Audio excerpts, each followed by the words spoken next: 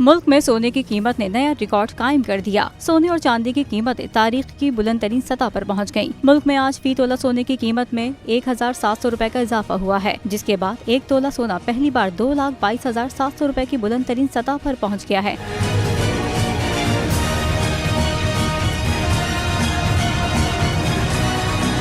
इसी तरह 10 ग्राम सोना 1,457 रुपए महंगा होकर 1,90,929 रुपए पर चला गया है। आलमी मंडी में सोना $25 इजाफे से $2,015 फी ओंस है। इसके अलावा 1 तोला चांदी 20 रुपए इजाफे से 2,750 रुपए की हो गई।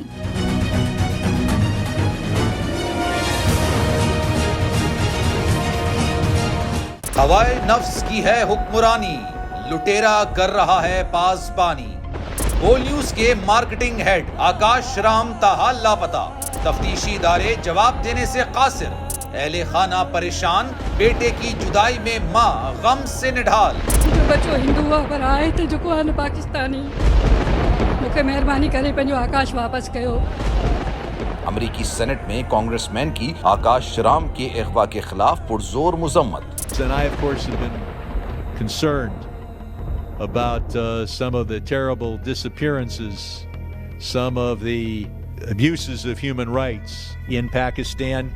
यूनाइटेड नेशन ने भी आकाश राम की बाजियाबी के लिए मौसर इकदामात उठाने का इंदिया दे दिया। मुश्किल की इस घड़ी में आर्मी मीडिया समेत इंडियन मीडिया भी चीख चीख कर आकाश राम की बाजियाबी के लिए आवाज उठा रहा है।